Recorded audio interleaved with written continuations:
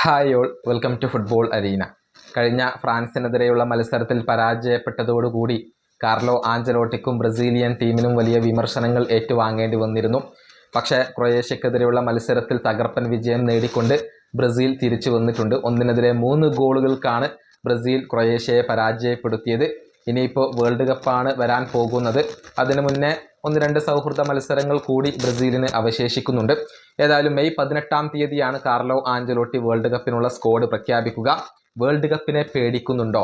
വളരെ കുറച്ച് ദിവസങ്ങൾ മാത്രമാണ് ഇപ്പോൾ ഉള്ളത്. സമ്മർദ്ദമുണ്ടോ, പേടിയുണ്ടോ എന്ന് ആഞ്ചലോട്ടിയോട് പ്രസ് കോൺഫറൻസിൽ ചോദിച്ചിരുന്നു. ഇല്ല എന്നാണ് അദ്ദേഹം മറുപടി പറഞ്ഞിട്ടുള്ളത്. അദ്ദേഹത്തിൻ്റെ വാക്കുകൾ ഇങ്ങനെയാണ്: എനിക്ക് പേടിയൊന്നുമില്ല, ഞാൻ ഹാപ്പിയാണ്, പ്രചോദിതനാണ്, ആത്മവിശ്വാസമുള്ളവനാണ്, കാമാണ്, നല്ല ഘടനയുള്ള ഒരു ടീമും നല്ല അന്തരീക്ഷവും ഞങ്ങൾക്കുണ്ട് എന്നാണ് ഞാൻ വിശ്വസിക്കുന്നത്. നിലവിൽ ഞങ്ങളുടെ ടീം നല്ല രൂപത്തിൽ വർക്കാവുന്നുണ്ട്. അതുകൊണ്ട് തന്നെ ഞങ്ങൾ വളരെയധികം ശാന്തരാണ്. ഇതാണ് കാർലോ ആഞ്ചലോട്ടി നൽകിയിട്ടുള്ള മറുപടി. ടീമിൽ അദ്ദേഹത്തിന് വിശ്വാസമുണ്ട്, ടീം പുരോഗതിയുടെ പാതയിലാണ് എന്നാണ് കാർലോ ആഞ്ചലോട്ടി വിശ്വസിക്കുന്നത്.